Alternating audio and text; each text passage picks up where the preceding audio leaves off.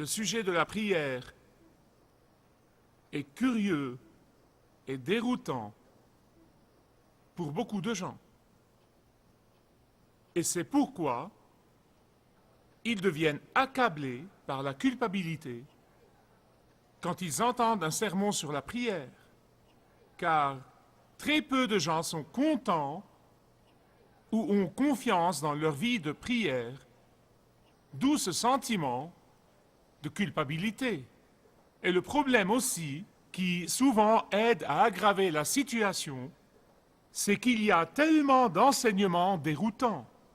Aujourd'hui, l'apôtre Jean conclut son épître que nous étudions depuis quelque temps déjà dans la série « La vie à son meilleur ».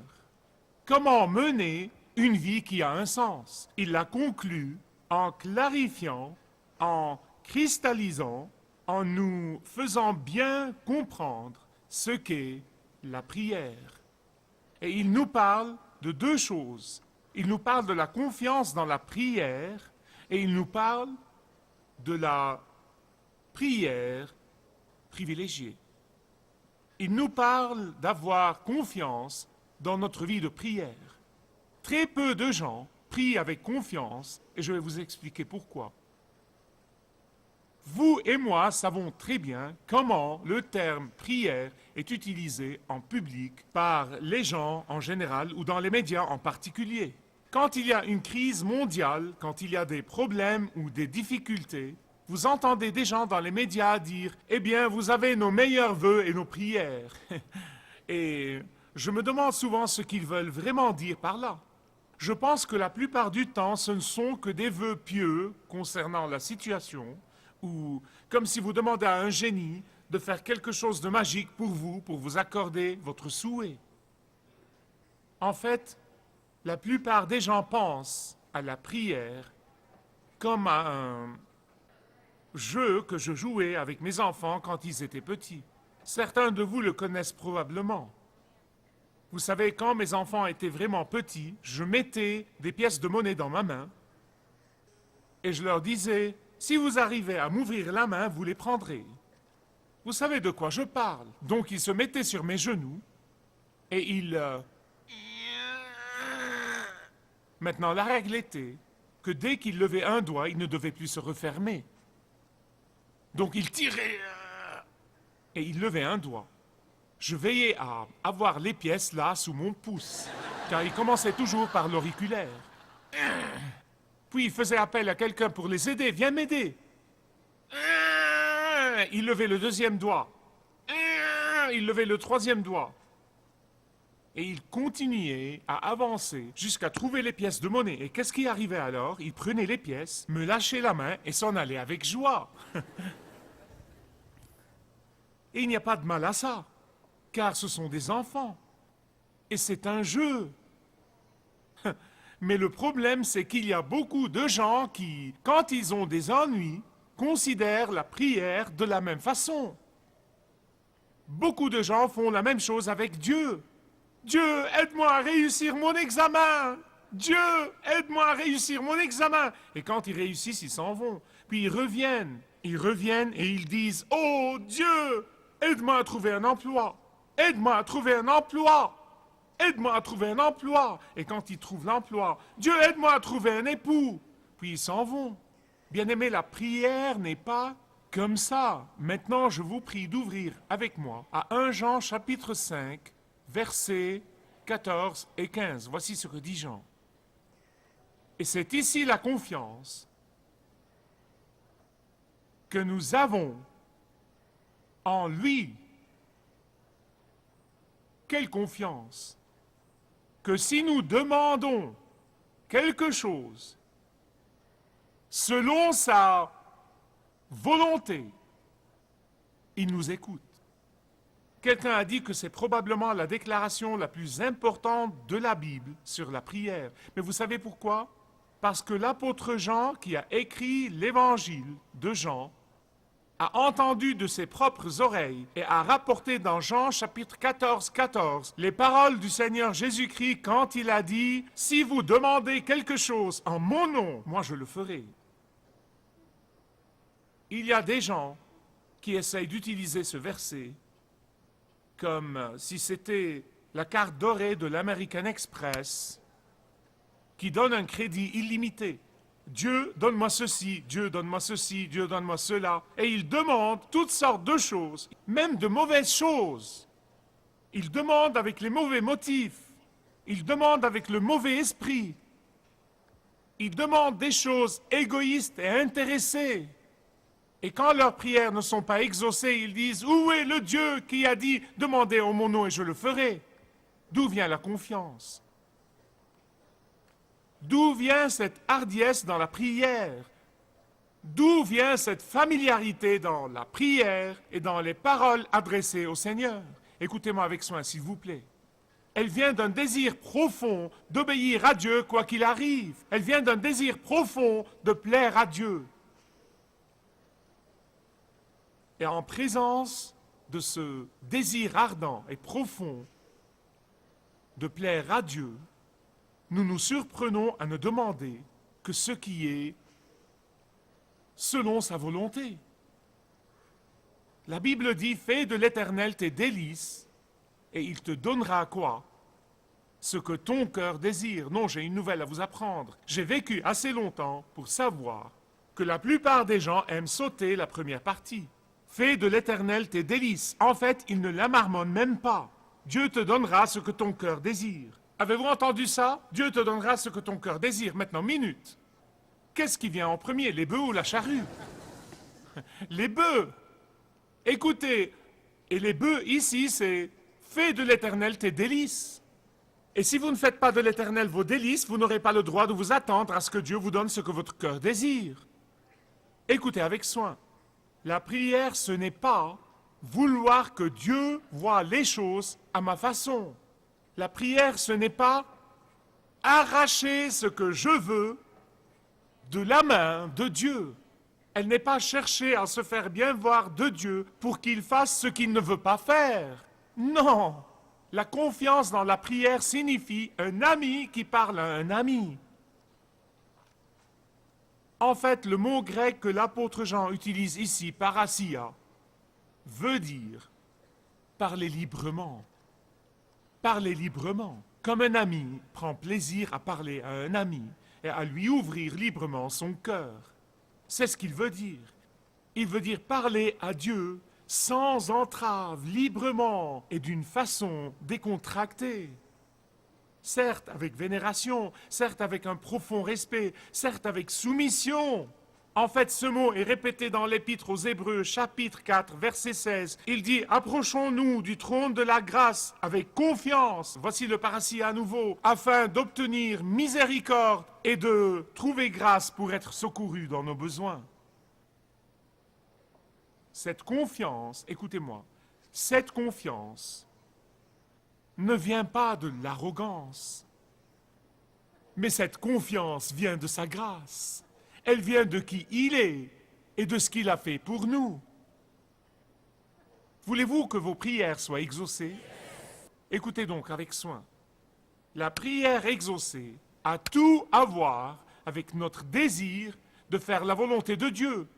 La prière exaucée a tout à voir avec croire que sa volonté pour nous est pour notre bien. La plupart des gens ont peur de la volonté de Dieu. Ils en ont vraiment peur. Et ils ne veulent pas la connaître au cas où c'est quelque chose qu'ils n'aiment pas. Mais la prière vient d'un désir profond de plaire à Dieu et d'une compréhension du fait que la volonté de Dieu pour nous est pour notre bien et pour sa gloire. Quand vous vous soumettez à la volonté de Dieu, comme elle est révélée dans sa parole, Dieu non seulement vous entend, mais encore vous répond. Quelqu'un ici peut dire, eh bien Michael, je suis sûr que j'ai prié selon la volonté de Dieu. Je suis sûr que j'ai prié en accord avec la parole de Dieu. Je n'ai rien prié qui contredise la parole de Dieu. Et je suis sûr que j'ai prié pour la gloire de Dieu. Mais mes prières n'ont pas été exaucées. Et ça fait longtemps que je prie. Et j'attends toujours l'exaucement. Je suis passé par là et je vais vous en témoigner à la fin de ce message. Donc restez à l'écoute. Voici ce que vous devez savoir. Dieu n'a pas une boîte sur son bureau qui dit en suspens. Si votre prière est selon la volonté de Dieu, si votre prière est en accord avec sa parole, si votre prière rend gloire à Dieu, Dieu l'a déjà exaucée. Vous dites minute, Michael, minute. Que veux-tu dire par là? Tu discutes avec moi? Tu me dis que Dieu l'a exaucé, il ne l'a pas exaucé. Bien sûr que si. Il ne l'a pas exaucé, bien sûr que si. Il ne l'a pas exaucé, bien sûr que si. Je ne veux pas vous chicaner. Mais le fait que vous n'ayez pas vu et expérimenté l'exaucement ne veut pas dire qu'il ne l'a pas exaucé. Vous dites, minute, où as-tu été péché ça? Ah, dans la parole de Dieu. Dans le livre de Daniel, chapitre 10, je vais vous montrer et je vais vous prouver que quand vous priez selon la volonté de Dieu, et quand vous priez en accord avec la parole de Dieu, Dieu a déjà répondu à votre prière. Dans le livre de Daniel, chapitre 10,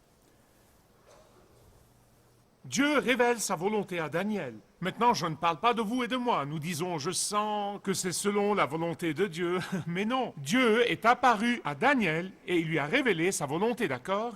Il n'y a pas de doute sur ce point. Donc, Daniel, en vertu de cette volonté révélée de Dieu, se lance dans la prière et le jeûne et le deuil et il s'humilie devant Dieu. Et il prie, et il prie, et il jeûne. Pour combien de temps? 3 semaines. Il s'est complètement adonné à la prière selon la volonté révélée de Dieu. Le premier jour, rien n'est arrivé. Il continue à prier. Il crie au Seigneur. Seigneur, tu me l'as bien dit. Rien. 3e jour, rien n'est arrivé. 4e jour, rien n'est arrivé. Fin de semaine, Dieu, tu m'as promis. Et je prie sur la base de cette volonté que tu m'as révélée. 2e semaine, qu'est-ce qui a bien pu arriver, Seigneur? J'ai prié. 3e semaine, un messager du Seigneur lui apparaît. Maintenant, n'oubliez pas, Daniel priait selon la volonté révélée de Dieu. Il priait ce qu'il savait déjà que Dieu voulait.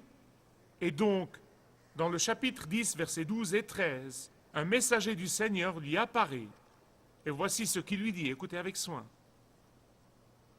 Ne crains pas, Daniel, car dès le premier jour où tu as appliqué ton cœur à comprendre et à t'humilier devant ton Dieu, tes paroles ont été entendues. C'est un autre mot pour exaucer. Dans la langue hébraïque, ils disent parfois entendu pour signifier exaucer. Et moi, je suis venu à cause de tes paroles. Ah, mais le chef du royaume de Perse m'a résisté 21 jours.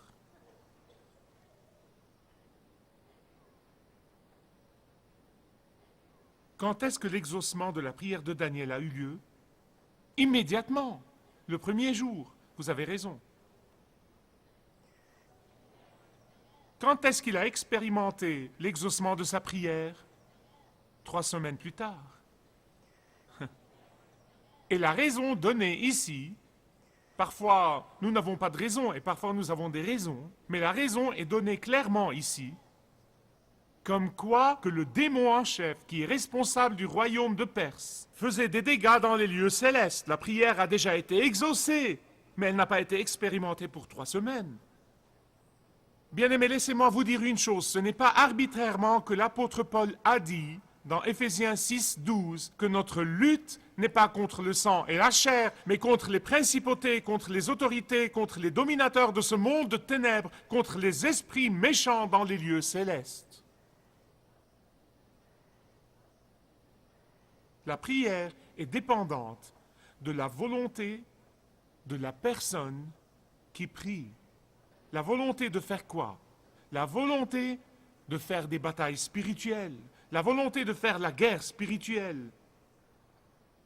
La volonté d'aligner votre vie sur la volonté de Dieu. Dites-moi, je vous prie, comment pouvez-vous prier selon la volonté de Dieu pour votre vie quand vous vivez en dehors de la volonté de Dieu pour votre vie. En fait, la Bible nous donne au moins 6 raisons pour lesquelles nos prières ne sont pas exaucées. Écoutez-moi. Il peut y en avoir davantage, mais je n'ai trouvé que 6. Et si vous en trouvez d'autres, faites-moi savoir. Je vais vous les citer très rapidement. Premièrement, d'après 1 Pierre 3, 7, une relation conjugale qui a quelque chose qui cloche peut entraver l'exaucement de la prière. Deuxièmement, d'après Matthieu 5, 23, offenser délibérément quelqu'un, faites attention, offenser délibérément quelqu'un entrave l'exaucement de la prière.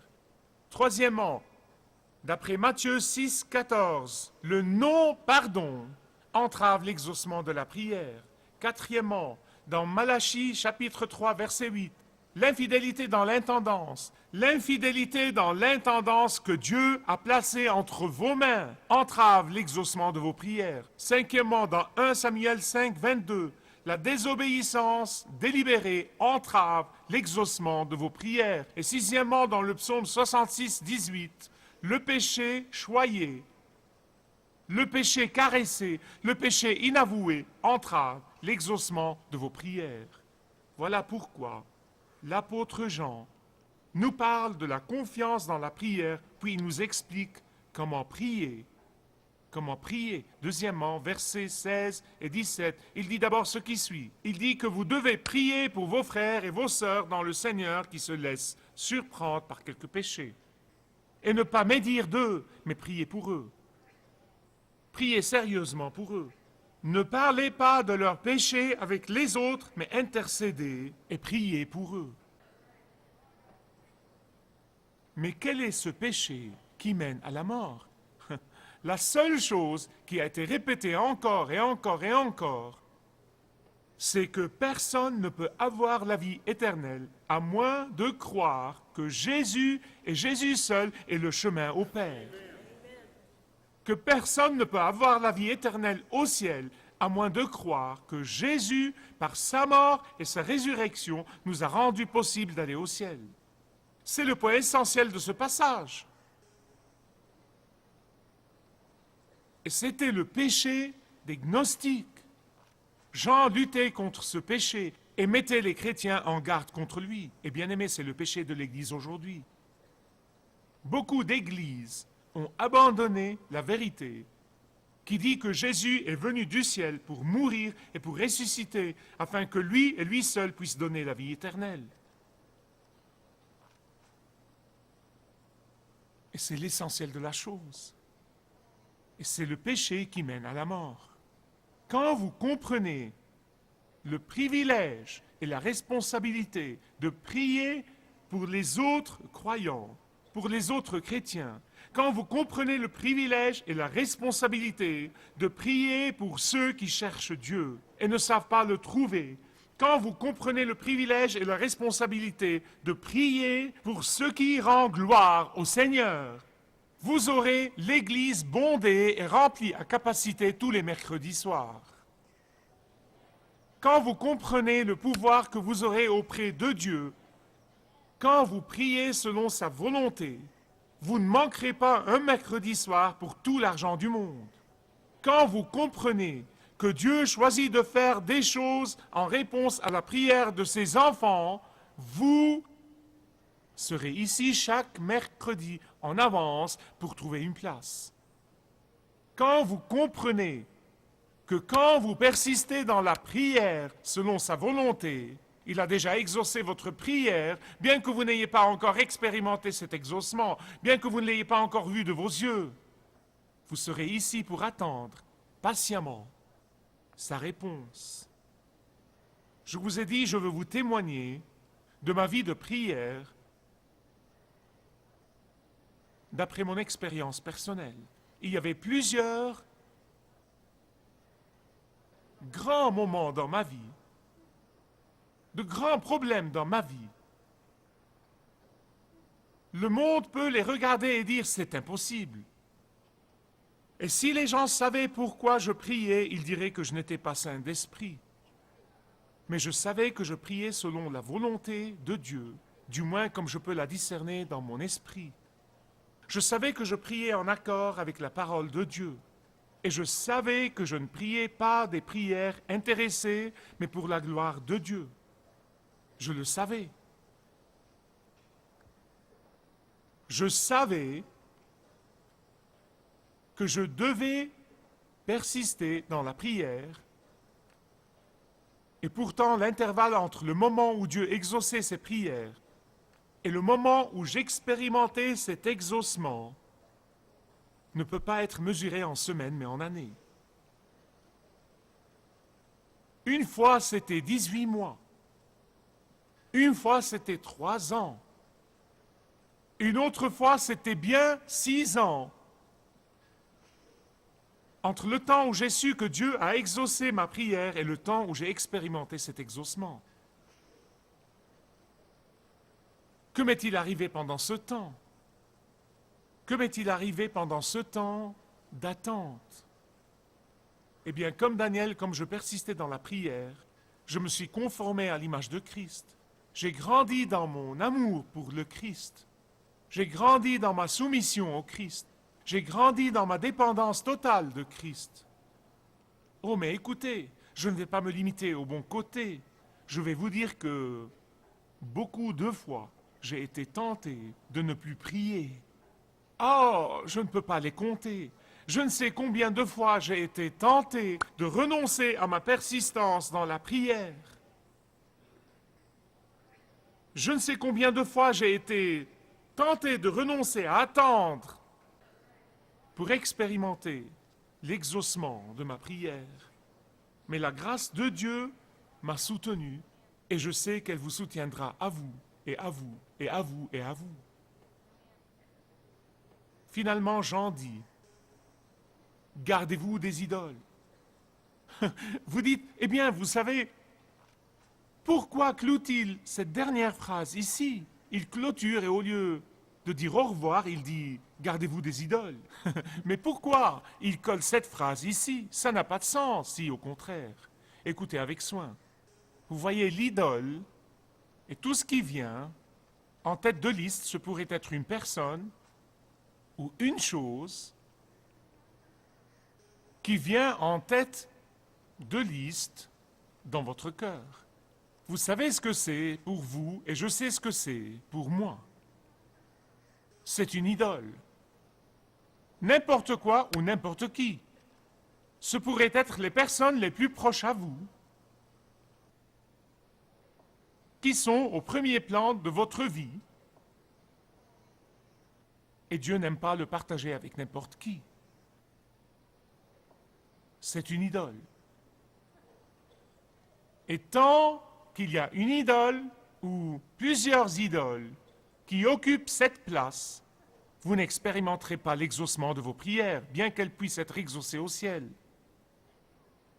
Chassez les idoles, mais s'il vous plaît, ne les abandonnez pas temporairement pour que vos prières soient exaucées. Abandonnez-les en permanence. Abandonnez-les pour de bon. Livrez-les au Seigneur. Peut-être que certains d'entre vous ne connaissent pas le Seigneur Jésus-Christ, vous n'avez jamais été régénéré, vous ne lui avez jamais demandé de vous donner la vie éternelle. Vous pouvez le lui dire aujourd'hui, Seigneur, je me rends à toi. Je te reçois comme mon sauveur et j'accepte que ce que tu as fait sur la croix, tu l'as fait pour moi, pour me donner la vie éternelle.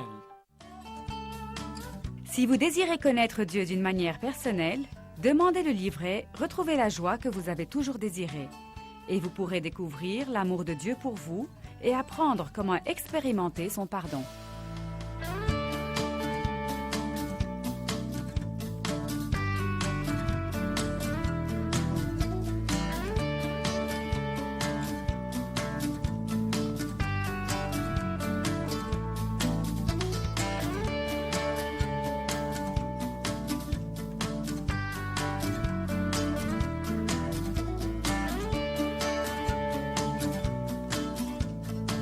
Si vous avez une relation personnelle avec Dieu et vous êtes intéressé à marcher plus intimement avec lui, demandez le livret « 7 pas sur le chemin de la foi » qui vous guidera dans une relation plus profonde avec votre Père Céleste. Demandez votre livret gratuit.